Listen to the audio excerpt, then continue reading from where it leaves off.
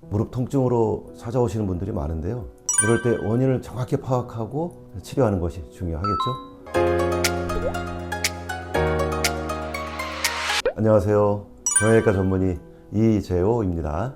오늘은 무릎이 아프신 분들이 기본적으로 알아야 될 몇 가지 사항들에 대해서 말씀드려 보겠습니다. 무릎 통증으로 찾아오시는 분들이 많은데요. 오늘 말씀드리는 것 잘 들으시고 다들 무릎 건강 챙기셨으면 좋겠습니다. 우선 첫 번째로 무릎 통증이 이제 왜 생기게 될까요? 무릎 통증은 퇴행성 관절염, 무릎 반월상 연골판의 손상, 무릎 주변의 근육이나 힘줄 인대 또는 뼈의 손상으로 인해서 이런 세 가지 원인이 가장 흔한 원인이 되어 통증을 유발하게 되는데, 우리 관절은 기계하고 같아서 오래 쓰거나 무리하게 사용할 경우 닳고 고장이 나게 됩니다. 이것을 흔히 퇴행성 관절염이라고 하는데, 이로 인한 통증이 현재 가장 흔한 원인이라고 보면 되겠습니다. 이렇게 무릎 관절에 문제가 생기게 되면 어떤 증상이 생기게 될까요?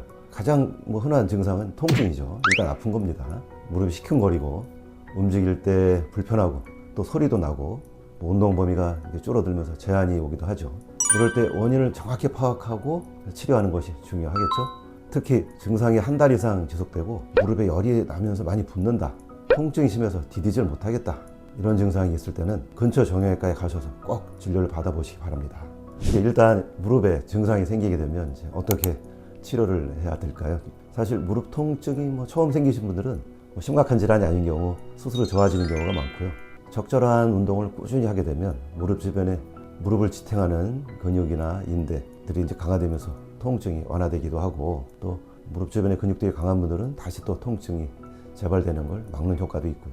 특히 무릎 주변의 대퇴사두근, 햄스트링, 하복근을 강화시키는 운동들을 하시면 훨씬 더 무릎 통증 완화시키는 데 도움이 됩니다. 특히 무릎에 부담되는 자세, 쪼그려 앉기나 양반다리, 계단을 많이 다니는 이런 동작을 피하시는 게 무릎 통증을 다시 악화시키거나 재발시키는 이런 거를 막을 수 있습니다.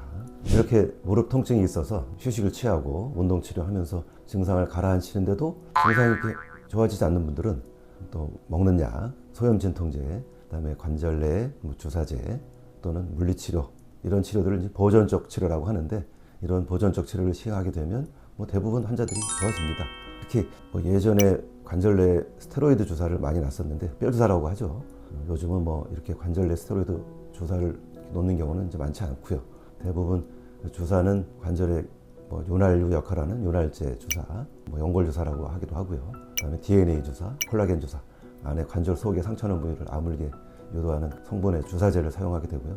이렇게 약 먹고 주사 맞고 물리치료 안정을 취하게 되면 대부분 2주 내 증상들은 좋아지는 경우가 대부분이고요. 길게는 한 달까지도 지속하게 되지만, 이 이상 증상이 나아지지 않고 지속하게 되면 정확한 검사를 해보는 게 중요합니다. MRI 검사를 해보시면 무릎 안에 생긴 대부분의 상황을 알 수 있고, 그 상황을 보고 어떻게 추가적인 치료를 할지 또 다시 환자분하고 상의해서 작전을 짜게 됩니다.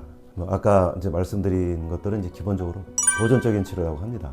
약도 먹고 쉬기도 하고 또 평상시 운동도 하면서 무릎 건강을 잘 관리하면, 우리 무릎은 평생 써야 하니까 평상시에 무릎을 아끼는 생활 습관을 가지시고 운동 열심히 하시면 수술까지 가는 그런 안 좋은 상황이 생기는 건 막을 수 있겠습니다. 그런데 아까 치료를 충분히 하는데도 증상이 좋아지지 않고 계속 지속하게 되면 혼자만 또 이상한 치료들 하지 마시고 조기에 정형외과 병원에 가셔서 정확한 상태를 확인하고 치료를 잘 받으셔야 무릎 건강을 오랫동안 지킬 수 있겠습니다. 대부분 먹는 약, 휴식, 물리치료, 주사, 이 정도로 좋아지는 경우가 대부분이니까 너무 무릎 아픈 것에 대해서 걱정하고 두려워하고 그러실 필요 없고요. 혼자 해결하지 마시고 근처 정형외과 병원에 가셔서 원장님들하고 잘 상의하셔서 건강한 무릎 지키시기 바랍니다. 오늘은 무릎 통증에 대해서 기본적으로 알아야 될 몇 가지 사항에 대해서 말씀드렸습니다.